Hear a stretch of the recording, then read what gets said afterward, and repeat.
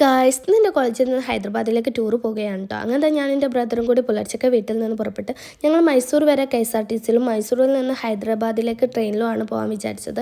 അങ്ങനത്തെ ബസ് കയറി പിന്നെ വയനാട് ചുരത്തുമ്പോഴെത്തിയ ഭയങ്കര ബ്ലോക്ക് കിട്ടും. അന്ന് അതായത് 13-ാം തീയതിയാണ് ഞങ്ങൾ ട്രിപ്പ് പോയത്. അന്ന് ഇലക്ഷൻ്റെ റിസൾട്ട് വരുന്ന ദിവസമായിരുന്നു കേട്ടോ.